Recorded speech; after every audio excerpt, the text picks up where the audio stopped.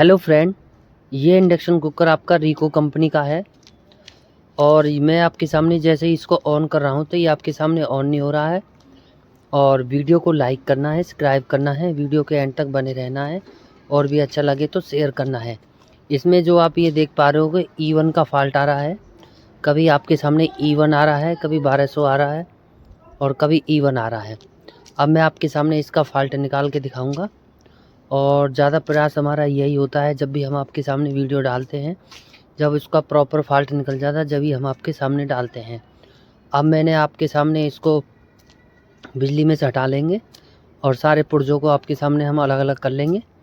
और अलग करने के बाद हम आपके सामने देखेंगे इसमें क्या क्या कमी है। इसमें जो भी फॉल्ट होगा आपका संग संग हम निकालते चले जाएंगे। तो पहले देखिए कि इसका 4.7 400 वोल्ट मेन कैपेसिटर इसका फूला हुआ है।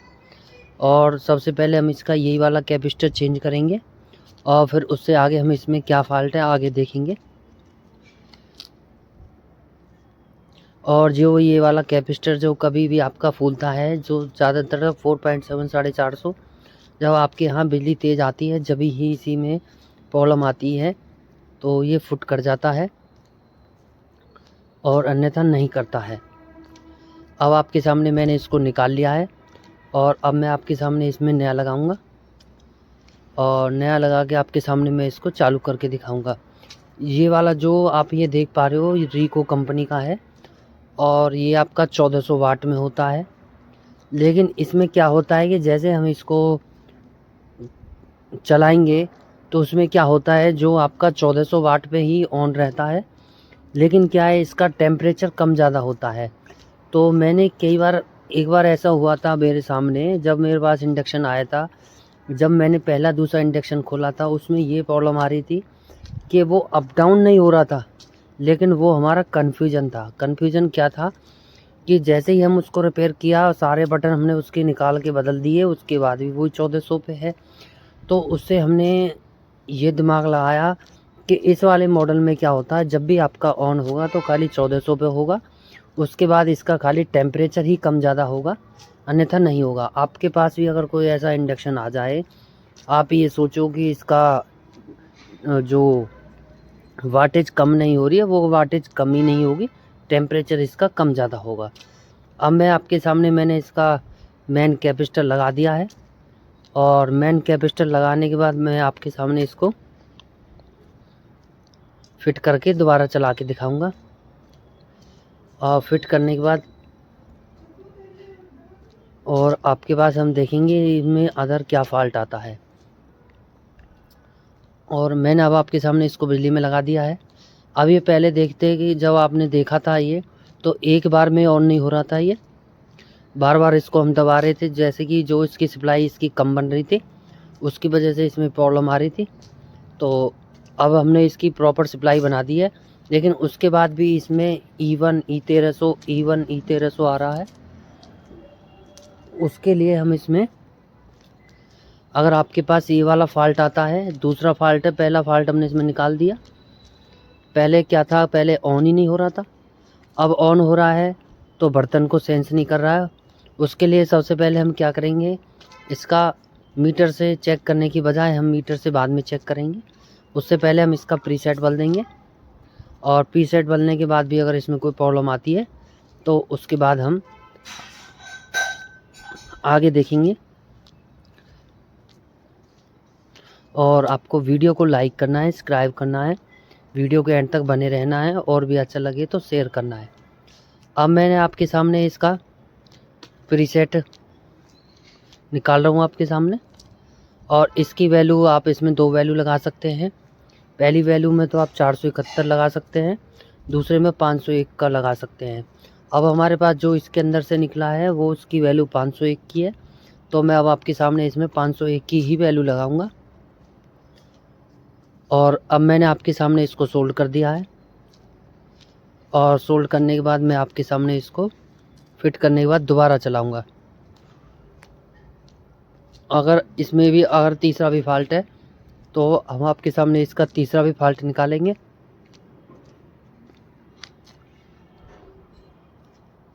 और एक चीज़ और मैं बता दूं, जो आप ये देख पा रहे हो रीको कंपनी का है। यही वाला बोर्ड अगर आपके पास बजाज कंपनी का है 1400 वाट का जो मॉडल आता है, उसमें भी आप लगा के अपने कीपैड को आसानी से मैच कर सकते हैं। और वो वाली वीडियो भी मैंने आपके सामने डाल रखी है। तो उसमें खाली उसमें बजाज लिखा होता है, इसमें रिको लिखा हुआ है। और आजकल एक बिल्कुल नया लेटेस्ट ओरिएंट के नाम से भी आ रहा है, और मैंने पिछली वीडियो आपकी ओरिएंट की डाली है।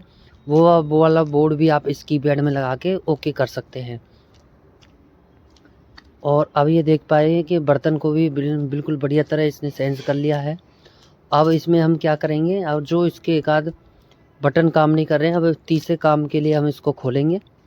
अब जैसे हम इसको कर रहे हैं प्लस माइनस, अन्यथा जो भी कोई इसका बटन काम नहीं कर रहा, उस बटन को हम आपके सामने चेंज करेंगे। और चेंज करने के बाद आपके सामने इसको हम फिट फोर करके दिखाएंगे। और ये रिको कंपनी का होता है, इसकी आईसी का नंबर 121 होता है। और आप जो बजाज में देखोगे तो बजाज में भी आईसी का नंबर 121 होता है, बिल्कुल सेम होता है। खाली कुछ नहीं होता, थोड़ा बहुत बॉडी का स्ट्रक्चर अलग होता है। ऐसे ही जो नया मॉडल आपका ओरिएंट का आ रहा है, उसकी वीडियो मैं आपके सामने पिछले उसमें डाल चुका हूँ। उसमें भी क्या है, ऐसा ही है। अब मैंने आपके सामने इस वीडियो में आपके दोनों फॉल्ट निकाल दिए हैं। पहला फॉल्ट, इसकी सप्लाई कम बन रही थी, उसमें मेन कैपेसिटर फूल रहा था, इसलिए हमने मीटर का इस्तेमाल नहीं किया। दूसरे फॉल्ट में इसके क्या था, इसमें प्रीसेट हमने जैसे लगाया बर्तन को उसने बढ़िया तरह सेंस कर लिया, इसलिए हमने मीटर का इस्तेमाल नहीं किया। अब मैं आपके सामने जो इसके बटन ख़राब है, वैसे तो मैं यही कहूँगा भाइयों से कि वीडियो को लाइक करना है, सब्सक्राइब करना है, वीडियो के एंड तक बने रहना है, और भी अच्छा लगे तो शेयर करना है, और बेल को भी बजा देना है। जैसे कि मान चलो आपके पास कोई वीडियो आते हैं तो सबसे पहले आपके पास वो वीडियो आए, इसलिए बेल का भी बटन आपको बजा देना है। तो मैं यही कहूँगा कि भाइयों से, अगर जब भी कोई आप इंडक्शन कुकर रिपेयर करें, तो अगर इंडक्शन कुकर में माइक्रो स्विच सारे ही ख़राब हैं या नहीं हैं, और उनके अंदर जैसे पानी भर गया है, जैसे कई बार ऐसा होता है कि जैसे हमने इस पे काम किया या दूध पानी इसके अंदर कोई चला गया है, उस कंडीशन में क्या होता है, तो ये माइक्रो स्विच नमी ले जाते हैं। नमी लेने की वजह से ही ऑपरेट नहीं हो पाते हैं। इनको कितना भी ऑपरेट कर लीजिए, आप ऑपरेट होते नहीं हैं। और मैं यही कहूँगा भाइयों से कि जो भी कोई इंडक्शन रिपेयर आने को आए आपके पास, उसमें एक बटन ख़राब है और आपको ये लग रहा है कि और प्लस माइनस वाले भी नहीं काम कर रहे हैं, तो सारे बटन बदल दीजिए। उसका कि जो आपके अंदर आईसी के अंदर जो कमांड जाती है, उससे हैंगिंग प्रॉब्लम नहीं होगी और आपका इंडक्शन कुकर जल्दी ख़राब नहीं होगा। तो मैं यही कहूँगा। तो अब मैं आपके सामने इसमें जो एक आध बटन ख़राब है वो ही बदल दूँगा। पहले ही ऑलरेडी हमारी वीडियो काफ़ी लंबी हो चुकी है और देखते देखते और लंबी होगी। और अब मैं आपके सामने इसके ज़्यादातर 4 बटन बदल दूँगा। एक ऑन करने वाला, एक इसके बराबर जो उस पर स्टॉप लिखा होता है, स्टेप लिखा होता है, किसी पे और कुछ लिखा होता है, मुझे यही बताऊंगा मैं आपको। और एक प्लस माइनस, जब भी कोई इंडक्शन खोलें और बटन का कोई फॉल्ट आए तो ये चारों बटन आप 100% बदल दें। अगर किसी बटन में खाली एक ही ऑन होने का है तो उसका एक होने का, और प्लस माइनस आप ज़रूर बदल दें। तो उससे क्या होगा कि जो इसकी आईसी की कमांड आईसी है उस पर दिक्कत नहीं आएगी। तो इसमें जो बटन है उस पर सूप लिखा हुआ है। तो अब मैं आपके सामने इसका 2-3 बटन बदल दिए हैं। अब मैं आपके सामने इसको सोल्डिंग करना चालू कर रहा हूँ, और सोल्डिंग करने के बाद मैं आपके सामने इसको फिट करके चला के दिखाऊंगा।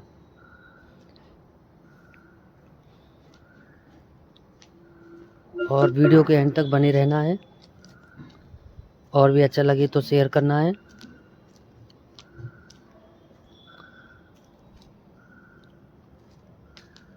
अब मैंने आपके सामने इसके बटन बदल दिए हैं, और अब मैं आपके सामने तीसरा भी फॉल्ट मैंने आपके सामने इसमें से निकाल दिया है,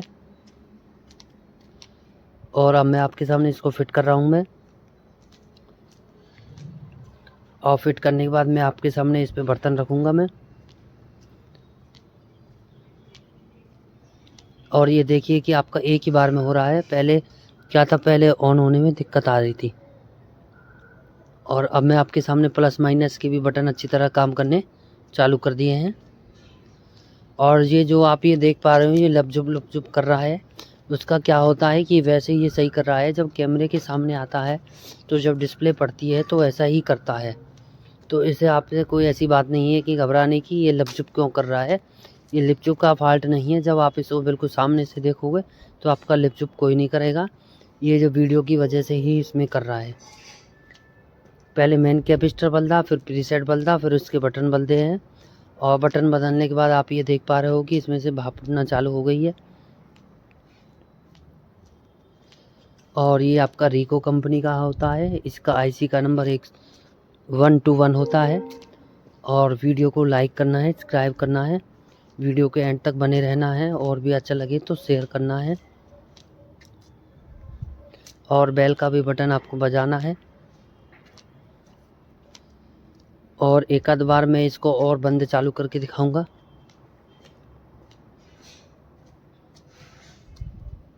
और ये आप जो देख पा रहे हो कि ये जो वैसे तो 1400 वाट पे होता है, लेकिन इसकी फास्टिंग भी काफ़ी अच्छी होती है। तो बहुत सी, जैसे कि आप ये देख पाओगे, बजाज कंपनी में 1200 वाट का होता है। उसमें क्या होता है, उसकी जो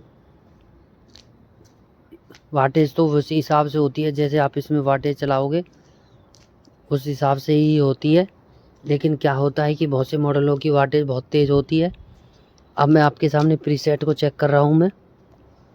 अब ये देख पे, जो आपका 501 का प्रीसेट है वो खाली आपका 260 दिखा रहा है।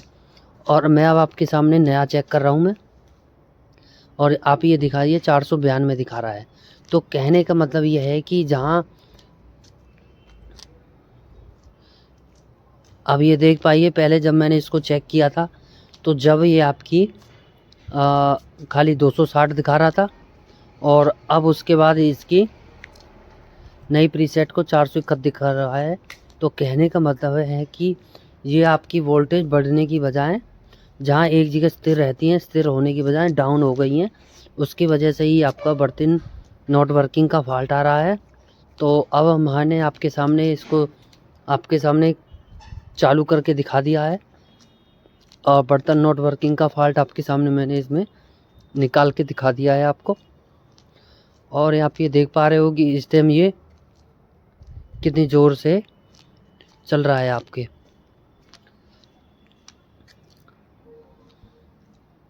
और ये आपका रिको कंपनी का होता है।